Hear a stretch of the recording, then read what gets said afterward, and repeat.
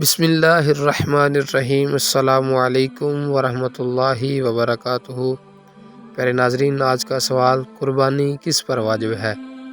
آئیے جواب ملاحظہ فرماتے ہیں۔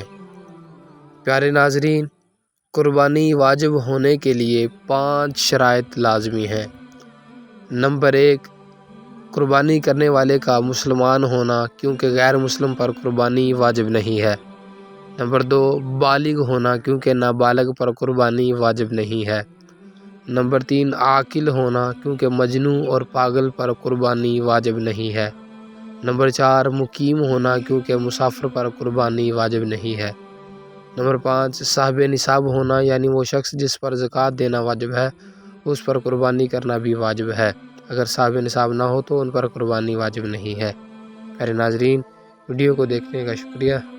ویڈیو کو قربانی سے پہلے اپنے دوست احباب تک لازمی شیئر کریں اور چینل کو سبسکرائب کرنا مت بھولیے گا۔ جزاکم اللہ خیرہ۔